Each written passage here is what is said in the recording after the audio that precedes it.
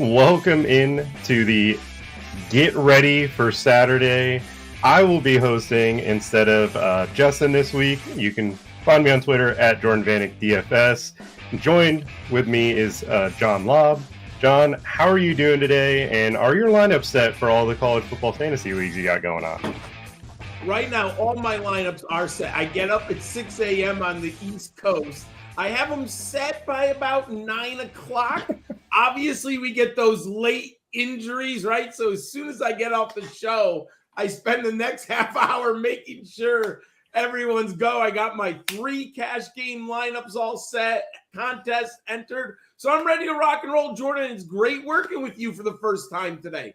Yeah, you're one of the people that I started to read college fantasy football about. So for me, like I've always loved college football, like recruiting and everything behind the scenes that goes into the work that we do over here at Roto Grinders. Like it's my passion is college football, and this weekend slate I'm very excited about because we're starting to get real matchups, real conference games, and weirdly, like these rivalries. Like Oregon is playing Oregon State in week 3, which is it's weird, dude. It's so weird to not get on a Friday after Thanksgiving, but I don't mind. I like to have that because at least we get it. Like they just change conferences. Don't take away these rivalries. These are so important for the state, and like I can't wait to watch it. I can't wait to break down the slate with you. Like there's a lot of news on this one to flip the slate, in my opinion, and we'll be getting into that later. Man, do you think FSU ends up beating his former team, Norvell, against Memphis here? I do not. I honestly, if anyone can beat Florida, I mean, Memphis is the offense that can put points on the board against Florida State. My biggest concern in reality, can Florida State put points on the board? I mean, Jordan, their offense has been awful. And especially, I'm a Mike Norvell guy. I've been watching him for years. So to see this offense flounder so poorly is even mind-blowing. I went on a radio show in August, and they told me my number one under, and I said Florida State. But I did not expect them to jump out of the gate, and they kind of were like, you really don't think? I'm like, man, they had, I think, 3 returning players out of their starting 22. No quarterback, no running back, no receiver. I mean, I didn't expect them to be this bad. But I like Memphis today, by the way. Yeah, no, I do too. I was a player personnel intern at UCF when Norvell was at Memphis during those battles, and I were just the run game, the uniqueness of like getting his running backs in space. Like he's one of the best in the business, and right now that offensive line and defense line, they're just getting dominated. Like I was very low on FSU. I bet Georgia Tech money line that week 1 Ireland game because I did too. The players that were in the Georgia, like I know that they're demoralized for not making the college football playoff, and that's another debate. But to lose by 60 in a bowl game is just not acceptable. It's just, and it's a lot of those players, man. They got beat in the trenches and stuff. But let's get into it. Let's get into today's slate. We're gonna, start at the quarterback position. Start off with the top guys. There's a lot of 9K quarterbacks over on DraftKings. Who is your guy in this week for the top tier? So I'll say, I think this is the most important decision we have to make, Jordan. The pricing is very tight at the top. I mean, if you look at the difference between Jalen Milroe and Garrett Nussmeier, you're only looking at, 900,000. They've really tightened it at the top. So I do think there's a big decision we can discuss. Do you go 2 quarterbacks on this slate? I think that's a very valid decision when building. I will say this. I took Jackson Arnold out and Will Rogers out. I don't like their upside. I think they're way overpriced. Oklahoma can't block right now.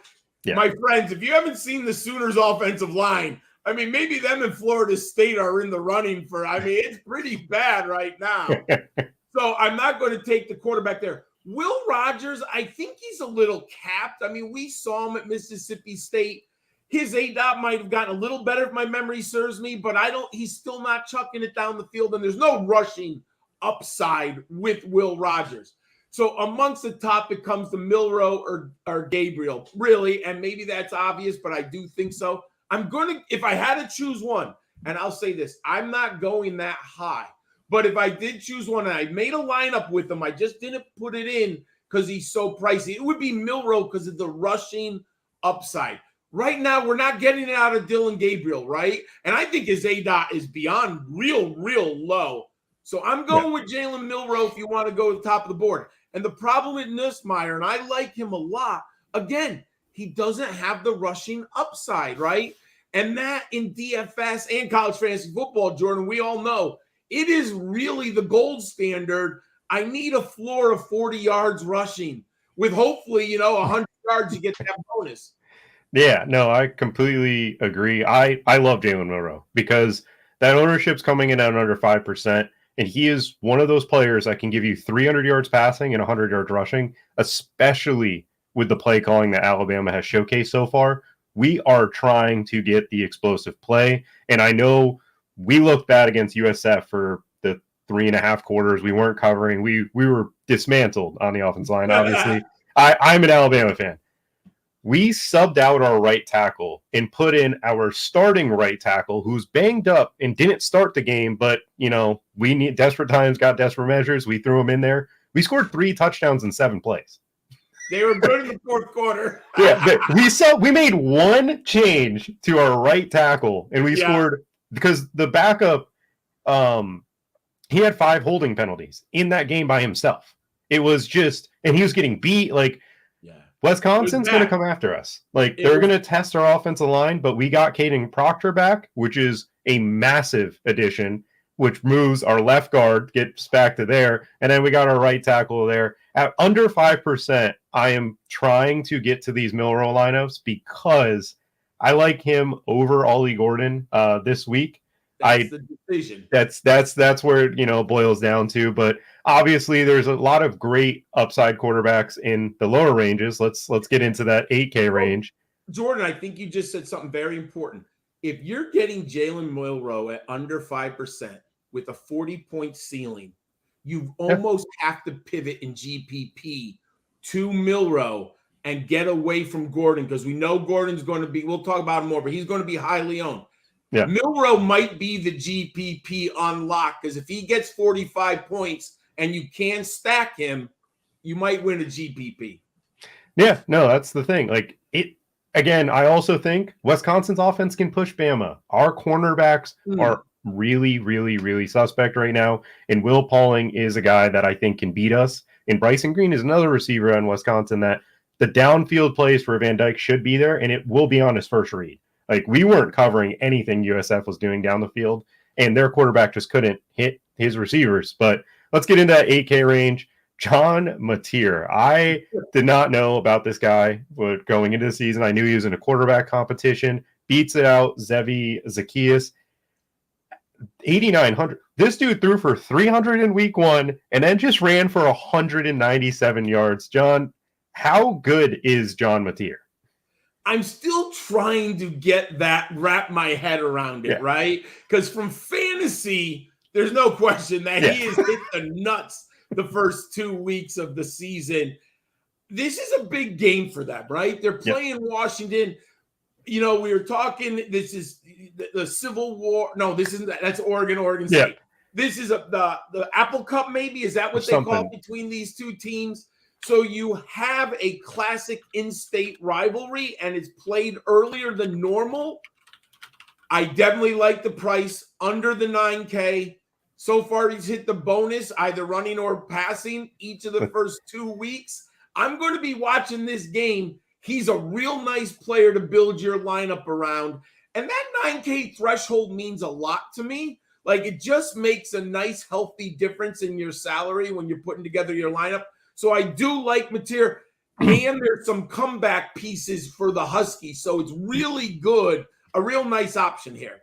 Yeah, especially in the receiving for Washington State. They're the difference between Kyle Williams and Chris Hudson is 1,100 right now. Chris Hudson has twice as many targets this year than it's a 4,900 receiver that we'll get to later that you just pair really well. And then the other quarterbacks in this 8K range, Alan Bowman continues to project well. Tuttle loves him.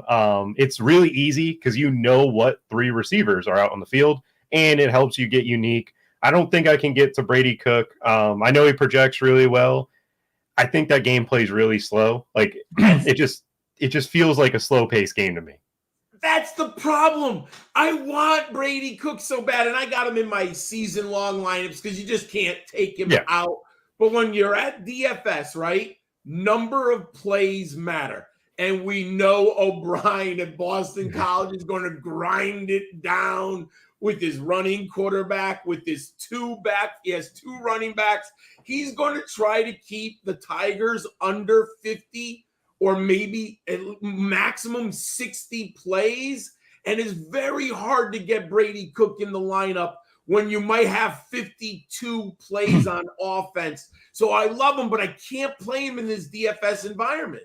Yeah, no, I feel the exact same. I want to get to Missouri when they play some teams that are going to push them in tempo and just kind of get the game going. Boston College, like Bill O'Brien, he knows the skill set he has. Yes. Like Bill O'Brien may have been a little, laughed at as the NFL coach because he was a really bad NFL GM. He was a really good NFL coach. Like he traded DeAndre Hopkins for a running back in that era. Just really, really strange moves. But I like what he's doing at Boston College. Like Thomas Castellanos is a very, very capable runner, and it's an offense that they're throwing the swing pass to Tyshawn Ward. They're throwing the deep shot to Lewis Bond, and they're running the ball as best as they can. And they watched that Georgia Tech game, and we're like, hey, how did they beat Florida State? Oh, we're going to do the exact same thing every single play. The GT counter just running right into the teeth of the defense, and they thoroughly dominated. But again, this 8K range, I think it's Mateer and Bowman, and that's really it on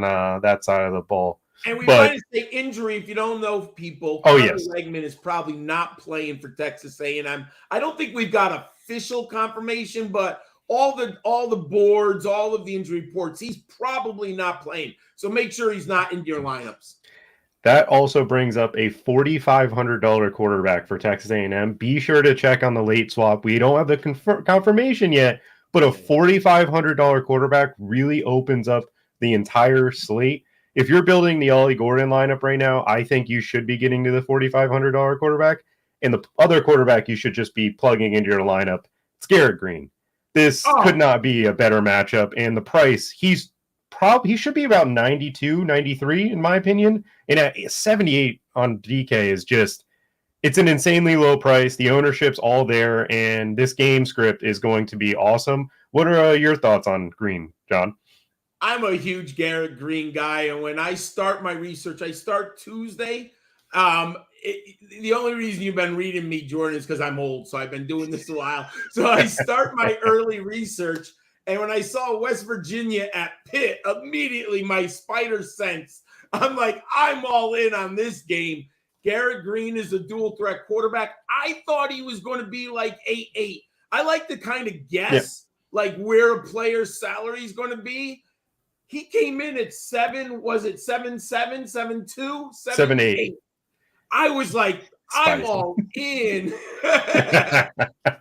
Well, yeah. I'm all in because I don't think he's really tapped into his upside rushing ability yet. 10 carries for 5 yards, 7 for 68. But if you watch Garrett Green last year, he can easily go 12 carries for 84 yards and 1 or 2 touchdowns. I think this is a very good environment for both offenses here because Pitt, surprisingly, and Jordan, I know you do the research like I do, they're running like 70 plays a game. Oh, my God. Cade Bell. And West Virginia is going to be, okay, let's go, boys. Yeah. They're not going to slow this down, so I love Garrett Green in this one. If you haven't watched Pittsburgh's offense, they're one of the most electric offenses in the country. Their quarterback is still not quite at, Eli Holstein has put up numbers. To me, watching it's not very impressive, but the scheme makes up for every inefficiency that he has. Cade Bell comes over from Western Carolina. Desmond Reed was my locked-in player in week 1. I locked him in week 2. And this week, it's just he's still too cheap. He should be up there with the Jordan James, the Ollie Gordons of running backs. He is unbelievable. He has the upside to get 100 in 100, which he did last weekend, had 158 yards rushing and 100 yards receiving. Not many players have the upside of Desmond Reed. He's extremely electric. He's been battling some cramping issues because you get 260 yards. It's going to be you're going to get a little touched up, especially when you're the size of like a Tariq Cohen style of running back. But with West Virginia, I know Garrett Green is chalk. I'll mention this right now. Pittsburgh's defense, they blitz you and they play zone behind it. Hudson Clement is the receiver for Garrett Green against that type of situation. And nobody is playing these West Virginia receivers because nobody knows what their upside is. I will be chasing Clement this week just because the data points me there. In watching Pittsburgh, the deep play opportunities were there all game against Cincinnati. It just got to the point in the game where Sorsby and them, they tried to take their foot off the gas, and Pittsburgh got into that catch-up and recovered an onside kick and were able to come out victorious. I got a sneaky guy in this game then. You mentioned the blitz. Yep. And maybe I'm just old school on this. If you have a blitzing team, throw some screen passes. Yep. And that screams Jaheim White. And that running back, if he's in space, he's gone. I mean, I think he's the sneakiest play. There's high risk, high return. But, man, if they go all out blitz and they get him in that blitz and they throw that screen pass, woo! Yeah, I mean, if you're not getting to Garrett Green and you want to get different in GPPs, I love Jaheim White at 6K. Like if that's how you're going to operate and you want to go to maybe Holstein a little cheaper, maybe you're getting to Jalen Milroe. Like that's how Garrett Green fails, is if he's not getting the rushing work or the big play like through the run game. So are there other quarterbacks you'd like to touch on this? I do think we should mention Eli Holstein. He's 7-3. I'll say this. It's a fair price. It's not an eye-opening price, right? Like they got his pricing right. But if you do want to come back and get in that game, I have no problem with it. And one player I think might be sneaky, but he's higher owned than I thought. So it's not just me. Lenora Sellers of South Carolina. If this LSU game shoots out, which we've all seen the Tigers defense, people, they haven't improved. All I heard all year was the Tigers are going to be better. And every time I watch them, I don't see a lot of improvement. Sellers has not been very good yet. He hasn't hit what I expected him to be better, but he's young. Sometimes we want these young quarterbacks to be so good so early. If he has to shoot out and run, Sellers is very interesting today. Yeah, no, I agree. I like Raheem Sanders as well. He's at 4,900. We'll get into him in a little bit. The run game of it's two offenses that are incapable. They're the perfect match. Like South Carolina cannot throw the ball at all. They throw to wide open people because everybody's committing to the run, and then LSU can't run the ball at all this year. They just have no ability to do. They could have run on USC, which just felt weird for me watching a Lincoln Riley defense actually perform. That was unbelievable, wasn't it? Yeah, they played well. They tackled in space. I couldn't believe that their cornerbacks could tackle all of a sudden this year. Darren Mensah is also another really, really cheap running or quarterback you can get to. But I'm going to hold off for that Reed 4,500. We will know at the 3:30 slate whether he's going to be the starter or not, hoping these SEC practice reports are actually truthful and that we can get a $4,500 quarterback. I'm pretty upset that Lagway is not starting for Florida. I know they're riding with Graham Mertz, but it's Lagway. It's just time. It's just you got to do it to save your job. Yeah, and fantasy-wise, I mean, the difference between Lagway and Mertz is night and day. Lagway has huge ceiling. Higher floor, maybe, but Mertz is just, 18 to 23 points? Like, if he performed. But Texas A&M's defense, their secondary in the coverage scheme of the new coach over there, slipping my mind. He comes over from Duke. He's exceptional. They're going to be able to limit a lot of that. Another just injury for Florida is Eugene Wilson. Monitor him. Make sure you're getting to Elijah Badger. I really like the transfer from Arizona State that's maybe asked to be the number one today, and he's under that 5K price tag on DK. But let's move into the running backs. We'll start at the top. It's pretty simple. Ollie Gordon. Are you getting to Ollie Gordon in your lineups, or has he been a player that it's hard to get to because of the just plethora of running backs below him? So I think Ollie Gordon is attached to two questions. One, are you going two quarterbacks or one? What I've done is Gordon is in two of my three lineups. I always play three cash game lineups and enter in different spots. Yep. But the lineups of Gordon, I've gone single quarterback. I put Gordon in my super flex. Essentially, you're looking at a high-end quarterback option. I'm pretending Gordon. See, it's a little different than NFL super flex, right? Where in college fantasy football, the top running backs can score 50 points. Mm-hmm. You're probably not going to get that in the NFL. So you need to think about Gordon as a super flex. So I put him in two of my three. Now, last week we saw him not hit the nuts. The only good news in my cash game is most people had him, so it kind of was a neutral wash, right? I do expect him to bounce back. I watched that Oklahoma State, and I'm sitting here watching the screen, and I'm literally going, why are you not giving Ollie Gordon the ball? Why are you putting it completely in Alan Bowman's hands? I did not get it. Finally, he scores in overtime, so we got a little bit of safe. I can't imagine the coaching staff and Gundy once again saying, let's have Bowman throw the ball more than Ollie Gordon runs the ball. So I do have him in 2 or 3, but he's in my super flex because there's a lot of value at running back this week. That mid-range is loaded. So I like Gordon in the super flex option. Yeah, I agree. I don't think I'm getting to Ollie Gordon because I love Milrow. That's kind of like that's where my flag is like I'm playing the 10K quarterback, so I can't afford the 10K running back. You can't play them both in the lineups this week. There's no abysmal pricing at the 3K range. But let's get into the next range of running backs. We'll go from 7K up. Tuttle loves Jordan James this week. Jordan James did separate himself from Noah Whittington. I think he's a great tournament play at the 8,200 price tag in this Oregon State game. The only problem I have is Oregon's offensive line. It's just not shown up. Like it's one of them that like Dan Lanning, you got the blueprint from Kirby, like and Saban. You've worked with both of them. The one thing you have to recruit and you have to recruit well is size on the O-line, and it's not working. I don't know what, to look like. Think of it like they looked good when he first got there, but that was a lot of Cristobal guys. That was a lot of his recruiting. And now we're looking at Miami in their offensive line and talk about just, for me, one of the teams I think is top 5 in the country.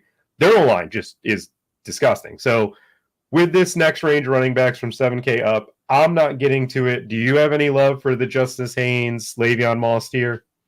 I don't have any love. I think they're like GPP only guys.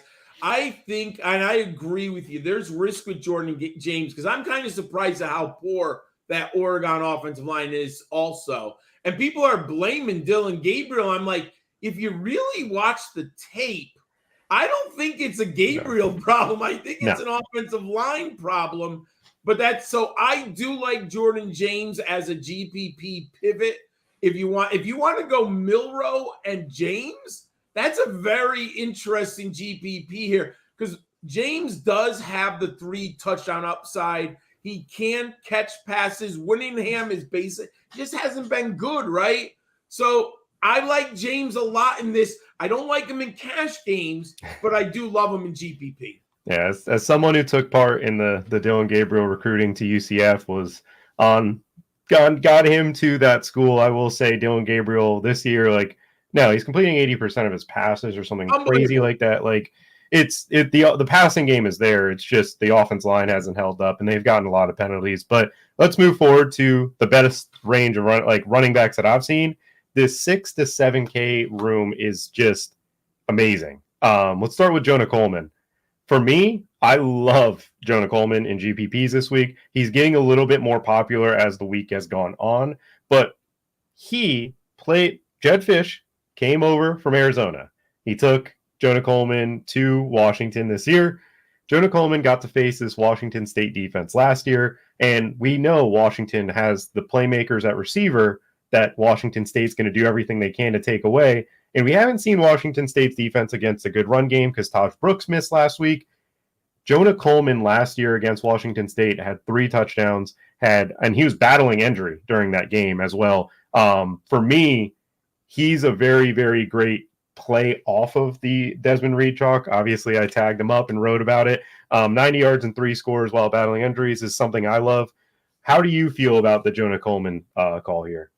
Well, I owe you, my friend, because I put Jordan Coleman in 2 of my regular season lineups. I had him on the bench.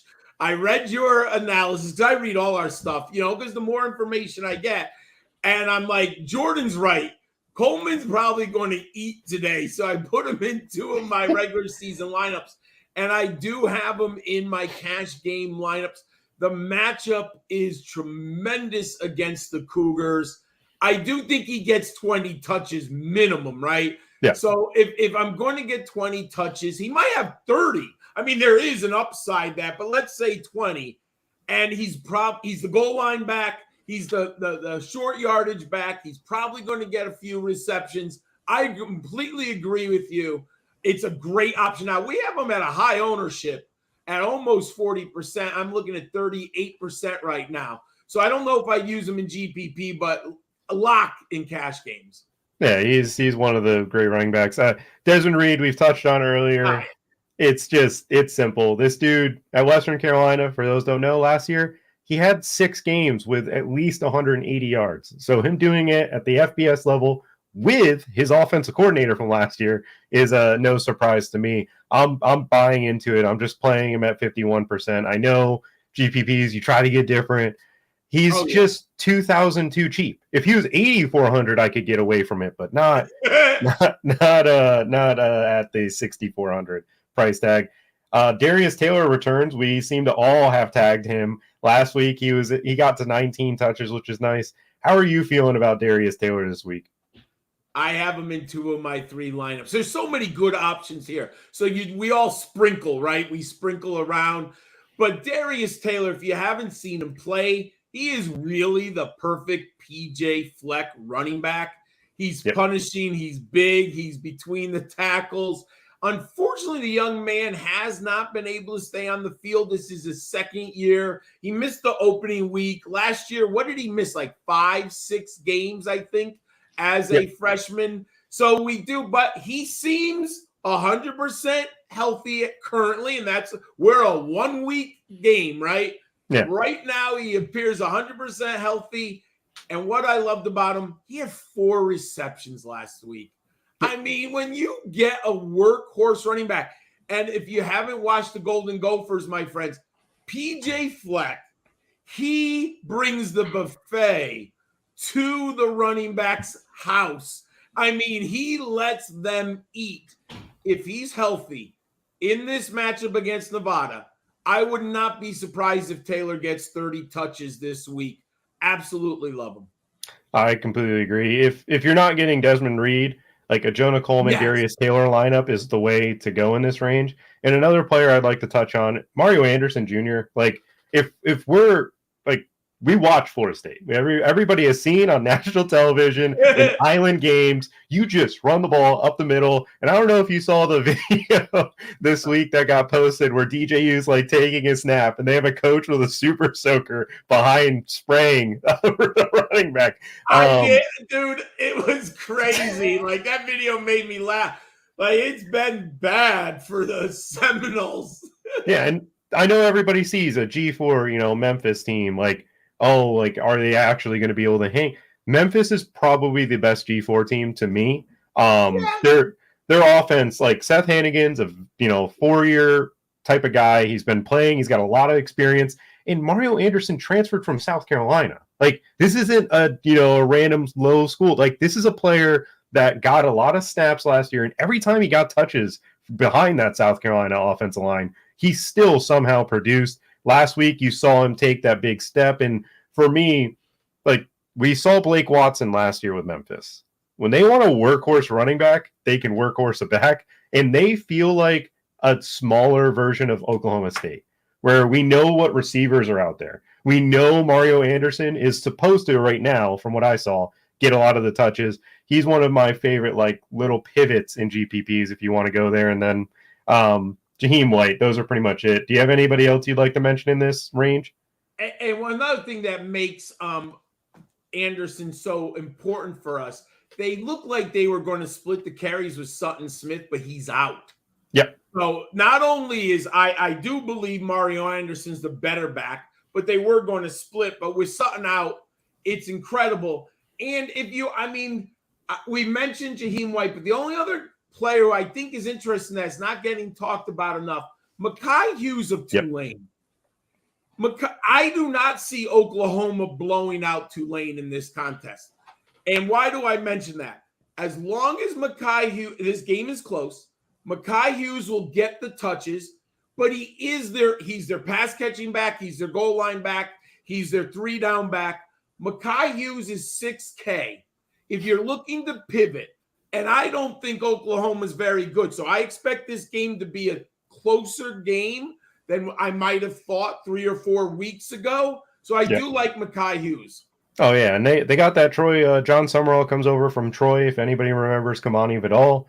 That's staff that's coaching him. We saw last weekend against the really good Kansas State team. We just saw them dominate Arizona last night. Oh, my God. Mekhi Hughes had, 30 DraftKings points? The projections like him a lot, and I definitely think he should be consideration for GPPs.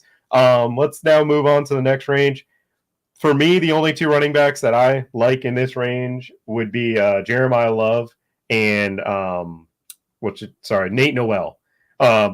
Anybody else? Do you have any thoughts on either of those guys? I do like Jeremiah Love a lot.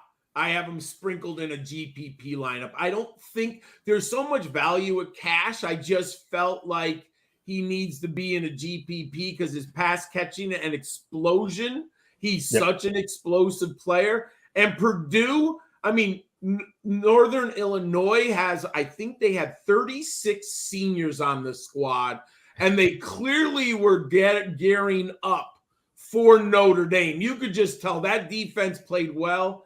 I don't expect Purdue to play that well against Notre Dame, and I think Jeremiah Love could be in a huge day. The only guy, we've mentioned it, it's risky, but Javante Barnes of Oklahoma, boy, that fat backfield's been a mess. I thought it was going to be Gavin Sawchuk. He's torpedoed. I got him in a couple season-long leagues. He's hit the bench. I cut him in one league. Javante Barnes might be – the problem is I wish they would just give one back the carries, right? Yeah. And even behind a poor offensive line, if Javante Barnes could get the 15 to 20 touches, we could be in for a good week. So he's someone I'm looking at also. Yeah, both of them. Nate Noel's coming in at 40+% owned. I think that's too high. I think Jeremiah Love at 100 more is, to me, we know Nate Noel is going to split sometime with Marcus Carroll. I think it's more of a 60-40, maybe a 55-45 between those two. Yeah. And I know they're big favorites, and I know Boston College, they've been bad against the run, and he projects well, but Jeremiah Love is starting to really separate himself from Price, and he has been getting 8 yards per carry. We know Riley Leonard's dealing with a non-throwing shoulder injury. They threw the ball 35 times last week against Northern Illinois, crazy. Which is just not the way you handle those games. So for me, Jeremiah Love, GPP, Nate Noel, he's getting a lot of ownership. I don't like it personally. I do think he has a solid floor, but too high for me on this week. The only running back I'd like to mention on under 5K is Raheem Sanders. We talked about LSU's defense being really bad. Raheem Sanders is breaking tackles every single play, it feels like, and he's the workhorse for the South Carolina backfield. He just splits with his quarterback. How are you feeling about Raheem? I have Raheem in 2 of my 3 lineups. Nice. If you're South Carolina and, you look at the big picture, how am I going to beat SMU, right? That's ultimately the goal. I've got to keep that Tigers offense on the sideline. And how am I going to do that? Sanders and Sellers. Sanders gets 23 carries. Sellers gets 12 carries, right? Hey, if the game script goes away, it goes away, right? That's always a possibility. But as long as they're within 10 points, the Gamecocks should be running that football. And, Sanders has the potential to hit a bomb. He could have a 40-yard touchdown. That's how bad the LSU defense is. and he's a sneaky pass catcher. He does have upside in the passing game. We haven't seen a lot of it, but he should be able to have a game with 3 to 4 receptions. No, I agree as well. Like, they ran the ball like 40 times, it felt like, in week 1. And then Kentucky, they threw a little more. Sellers exited with an injury. They had Robbie Ashford in there for a little bit. It was a weird thing. I also hate his goggles. I don't know if you saw the picture where, like, it feels like half of his, like, he can't see out. Which is no peripheral vision. Like the goggles got to be a little bit more, I don't know, to be able to see a little bit more down the field. But before we get into receiver, let's take some of these questions and answer them. I got one, and I'm guessing it was in the Discord. It's favorite quarterback wide receiver stack for a FanDuel GPP. I'm not as big on FanDuel. How are you feeling, John? What would you say is your favorite one? Well, what I'm going to have to do, let me switch. I have to switch my screen because I need the memory. I play more DraftKings than FanDuel, but I want to look at some of the options here. Yeah, go ahead. I was going to say the later slate, the late games that got added to FanDuel, you got Colorado State, UCF, TCU, Georgia, Kentucky, Maryland, Virginia. I'm assuming that Colorado State, if we see Troy Horton go out there, that stack would be good. I know he's been a little banged up supposedly, but you can't go on a podcast and talk shit about Colorado State and then not play in that game. Well, I would say this. If our projected ownership on FanDuel right now, 7% or less for Jalen Milroe, I'm going all in on Ryan Williams and Jalen Milroe at that percentage. Now, if I don't want to go there, I'm actually, again, looking at a very interesting Eli Holstein, who we have spoken about. We have projected at 2.5% about. If you get Keonta Mumfield, the wide receiver, and Eli Holstein to pivot off of Desmond Reed, we've been talking about him all morning. Desmond Reed is a lot more expensive on FanDuel. Man, Desmond Reed, we have at 17% ownership. Let me pivot off the running game of Pitt. Let me go to the passing game, and that's how you could win a GPP. Yeah, no, I love the Jalen Milroe, Ryan Williams call. Nick Saban said he's the most mature receiver he's recruited. Since Amari Cooper. I'm a high school teacher. Yeah. To see a 17-year-old competing in the SEC like that is unbelievably mind-blowing. I have 3 children who are either in or out of high school. What that young man is doing is unbelievable, Jordan. Yeah, no, I love it as a Bama fan. I've had multiple tweets throughout the offseason that this is the year of the freshman receiver. We're going to see the most freshman receivers perform. Cam Coleman, Ryan Williams, Ryan Wingo, and then obviously Jeremiah Smith, who's down here that I've been able to see in person. Like, he's unbelievable. Like, it's not – he's the wide receiver 1 on Ohio State right now over Egbuka, in my opinion. And it's just wild to say that because he's a cousin of Geno Smith, and he's been doing it for a little bit. But that's our favorite one on FanDuel for the GPP. Garrett Green, yeah, he's super chalky. We're definitely going to be getting to him. We'll break down the wide receivers today. We don't love Justice Haynes. We talked about that a little bit ago. Sellers or DJU on FanDuel early only. It's Sellers to me. I can't justify putting DJU's name in any of my lineups. But Jordan, I am out on DJU. I'm sorry. I had a little hope. Like Norvell. Right? Yeah, he could just run the scheme. Yeah.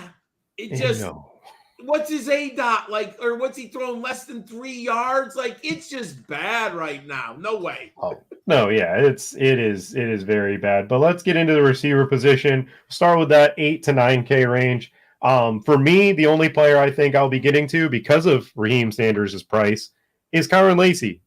He's the red zone offense for LSU. Like I said, they can't run the ball, so they have to throw the ball in the red zone. And he has 4 touchdowns on 12 catches this year. It's an SEC matchup. It's a little mucky weather right now, some clouds and stuff, but Kyron Lacy against the South Carolina pass defense, I think, has a significant advantage. And again, he's coming in at 1% owned. If you can get up to this range, he's the guy I go to. John, how are you feeling about this range?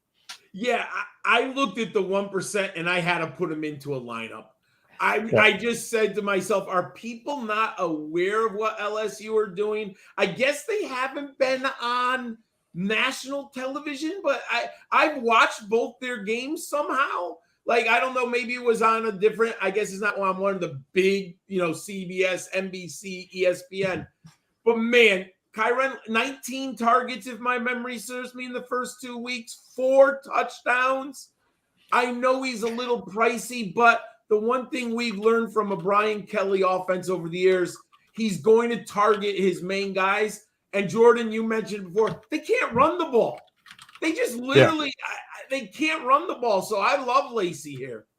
Yeah, no, I completely agree. Again, it's really hard to get up to this range of receiver, but Lacey to me is without a doubt the best one in this range. Let's go down to that. We'll just talk about the 3 guys in the 7K range. Eugene Wilson is banged up. I know he's questionable. That's the one that I just can't even bother with. Presley, to me, he's too owned. I'm not going to be getting much of him at that ownership. I know what he did last week. They identified that Arkansas can't cover the slot, and they just attacked it the rest of that game. He was literally just getting targeted. They ran the same play. It was a slot fade. Like, it was a slot fade every time. And it was just like, it's working because Arkansas is not getting out of it. Do you have any love for Kyle Williams or Presley here? So I agree with you, Wilson. I can't do it with Graham Mertz and the potential injury, so I'm out on him. If Presley was under 6'5", I would be in on him.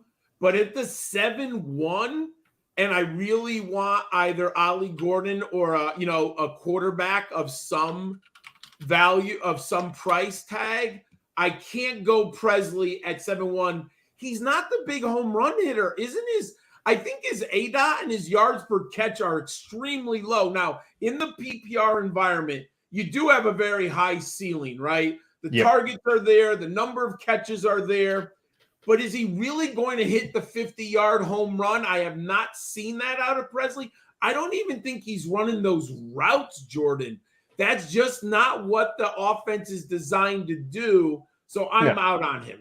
No, the receiver on the Oklahoma State side that I want to get to is Strebling. The Tulsa, they run a ton of zone coverage. That's just how they operate. A lot of single eye zone, and Strebling leads them in targets against zone this year. Actually, it's one of the stats that I was able to pull this week. But let's move forward to this 6K range of receiver that's got a lot of intriguing options. This is what I like. Like Giles Jackson, we'll start out with him. He's been really good for Washington so far. Do you think he's the number one, or do you think it's like a lot of 1A, 1B, 1C with this offense? I do think we're 1A and 1B for now. And the other player I believe you're thinking of, right? It's Denzel Boston, right? Yes. The two of them combined. I do believe this coaching staff is smart enough to identify the mismatch, whichever receiver. Maybe they're attacking a cornerback. Maybe they're finding a hole somewheres. So I feel really good about both of them. But then you also have Jeremiah Hunter, right? Yep. So the frustration from a DFS standpoint, if I can figure out which one of them is going to lead the team in targets and red zone touches, then I'm all in. The challenge is I don't know if we know at this point. Early on, my summer research said it was Denzel Boston, but the other two, Jackson and Hunter, are playing so well, I can't ignore them. So I'll say this, I don't have any of them. I loved Boston earlier in the week, but as I looked at the targets and the snap count, I said, I've got to pivot off them. I think they're kind of like GPP plays now, not cash game. Yeah, I can't get behind them just because I love Jonah Coleman, so that's just how I operate. That's 68 Jonah Coleman versus 69 Giles Jackson. I'll find my way to Coleman. I know there's a lot of other running back options, but this to me doesn't feel like the spot to get to him. Evan Stewart showed up last week. He was able to make some big plays. He's a big play machine. Can Dylan Gabriel throw it to him down the field? Will he have time to do so is my biggest question in this game. How are you feeling about those Oregon pass catchers? I probably shouldn't say this in public, but I love Evan Stewart for GPP. Hey, man, we have him projected at very low ownership. Yeah. I mean, if I'm going to get, and I have a second round grade in the draft process, very borderline first round grade. And he was so good last week after a terrible opening week.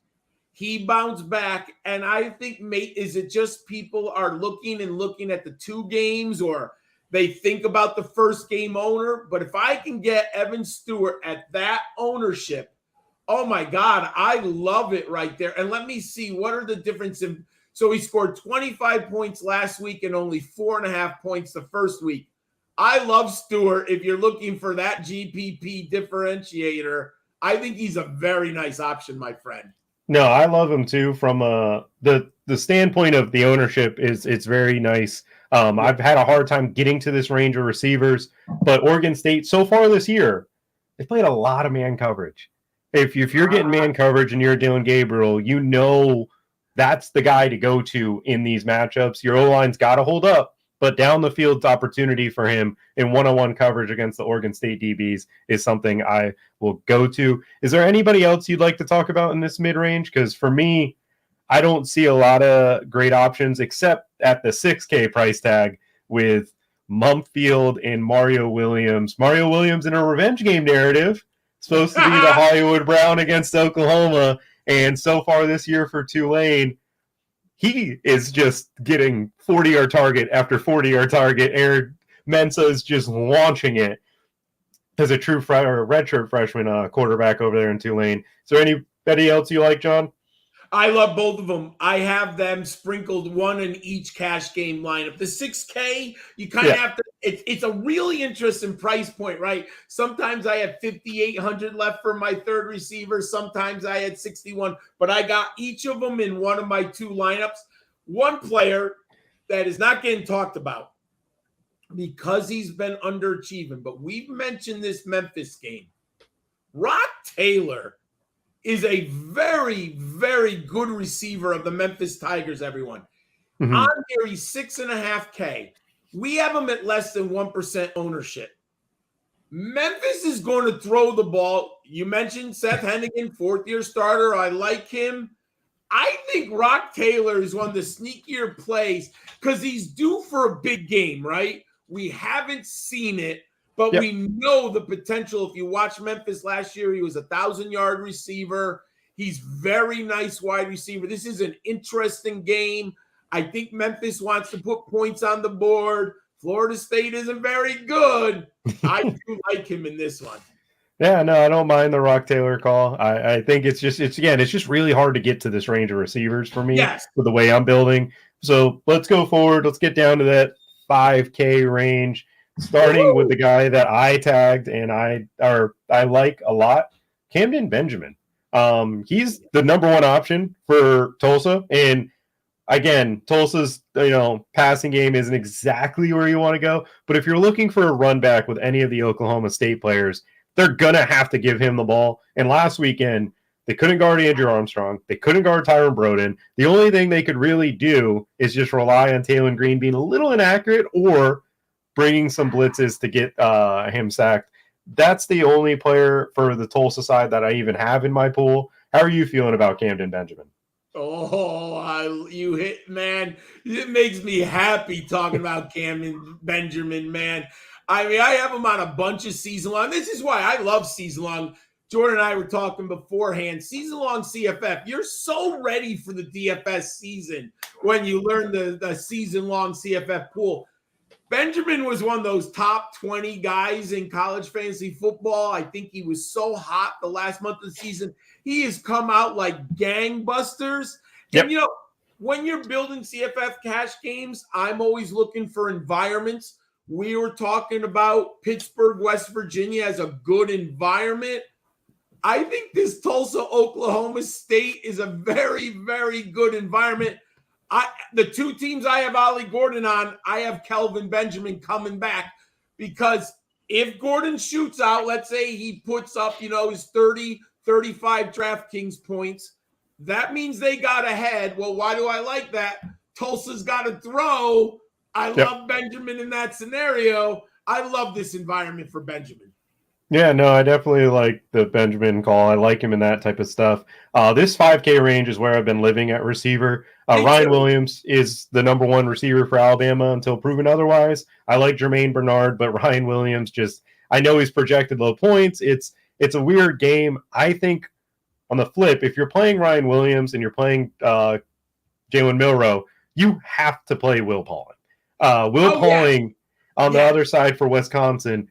Alabama's corners are not good. I love Alabama. I've loved Nick Saban. I've loved everything that we do defensively. We cannot cover right now. And it is a very big problem that we've gotten away with it because it's USF and TJ Finley throwing the ball at Kentucky. Like when we play a real team, the receiving game is going to kill us. Like our front seven is fine. LT Overton and a lot of those guys up front are great, and I think they control the line of scrimmage there. Will Pauling and Bryson Green are just in a great spot. I know Wisconsin has a low total. For 5,100, Will Pauling is my cheap receiver and Strebling as well. Do you have anybody else that you really like in this 5K range? Well, I love that GPP stack with Will Pauling. I think that's awesome because I think people are going to look at Pauling, no touchdowns. He's not playing great, but he was very good last year. He's the best receiver. And I agree. And they don't have Nick Saban to coach up the defensive backs. I don't know if they're going to get any better anytime soon. So I absolutely love that. Now, I have one sneaky wide receiver. If you're looking for, really want to save a lot of money, Trent Walker of Oregon State, he's the guy. I think he's getting over 30% of their target share. He's only 4K. And I do think Oregon wins the game. But I'll say this, historically, this is a very close game. If you've been watching the Ducks over the last 2 decades, you are always worried about that closing game against the Beavers, right? And we know in college football, these rivalry games matter so much. Oregon State's going to throw the ball. They're going to have to, I believe. I like Walker there at 44. It's a great salary saver if you're going Milroe and or Ollie Gordon. Yeah, no, there's in the under 5K range. I love Hudson Clement. I talked about him with the Garrett Green stack. Again, Pitt blitzes, plays zone coverage behind it. Hudson Clement is the guy. The 4,400 call on Trent Walker, he's dominating the targets. Like he is their passing game. It's it is definitely him. For GPP perspective here, the other player that I like that's under 4K on DraftKings, it's a tight end. It's a tight end that gets a lot of targets. It's Max Clare for Purdue. He last year as a true freshman, he had 3 games in his 5 starts before he got hurt, where he had 6 or 8 targets. This year, they played 1 game, so we don't have a whole lot to do with him. But the one we did see, he had 5 catches for 71 yards and a touchdown in 3 drives. I know, Purdue or Notre Dame's coming off a bad loss that they're going to have to rebound. And that defense is serious. Their corners are really good. I'm intrigued to see how their linebackers cover a player like Max Clare, and Hudson Card is just going to target him. He's 3,400 and allows me to play my Jalen Milroe. Do you have any guy in that under 4K range that you like? I do like Max Clare. I think that's a really good call. He had 1 game with 18.1 fantasy points, and the game script tells us that Purdue should be throwing the ball with Hudson Card. So I like that one very much. I'm trying to think under 4. So I didn't go. He was the only. Yeah. Oh, is Jaden Smith of Nevada is interested in 4.2. Oh, that's fine. That's a good. I mean, again, the under 4K is really tough to get to. If you don't got anybody, don't worry. It's the way we build. You're playing 4 running back builds. You probably don't need to play an under 4K receiver. You could save a lot of money over there on DraftKings. But before we close up the show, I found out that you have a fantastic 4 that you like to talk about every week. Your core 4, as they say. Who are your core players this weekend? Thanks, my friend. I love this. I spend the most time Friday and Saturday morning working on the Fantastic 4, and you can put them into our optimizer.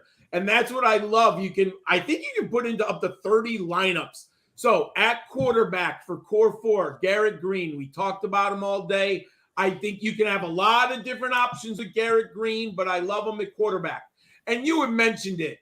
A lot of Linus, but you know what? Sometimes you eat the chalk in college fantasy football. Desmond Reed and Darius Taylor are in my core, my Fantastic Four at running back. Man, they're just too underpriced for their ceiling. And I'll differentiate in another spot. And then I mentioned him just now.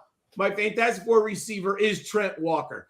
I want to get Ollie Gordon into that lineup or Jalen Milroe.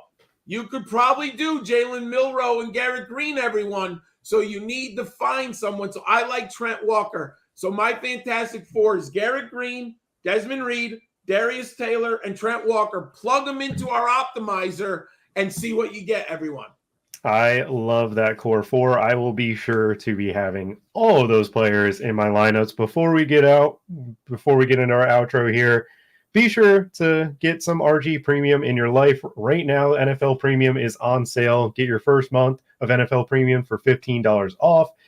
You can also get yourself that 6-month combo subscription, an exclusive price of $469.99. That's $250 off instead of paying that individual 6-month premium. And again, get access to all the tools, the articles. There is so much going into a lot of our research, and a lot of us are being able to use a lot of our friendly advice to take down some slates. John, I appreciate doing the show with you this Saturday. It's first time giving the live show for the audience. I'm usually hidden away in that Thursday show with Chop and Tuttle. So, John, good luck today. And do you have anything else that you'd like to do before we close out? No, just use our optimizer, use all of our tools. They're amazing. I use them, and I'm contributing to the website, but it's so important to get different perspectives. And Jordan, it's been a pleasure, and I do hope Alabama beats Wisconsin today. So let's go Crimson Tide, baby. Let's roll Tide roll. Thanks, guys, for tuning in. Be sure to be in that Discord where we're updating you constantly, and appreciate you guys having me. Smash that like button, subscribe to the channel, and get all of your content with Roto Grinders.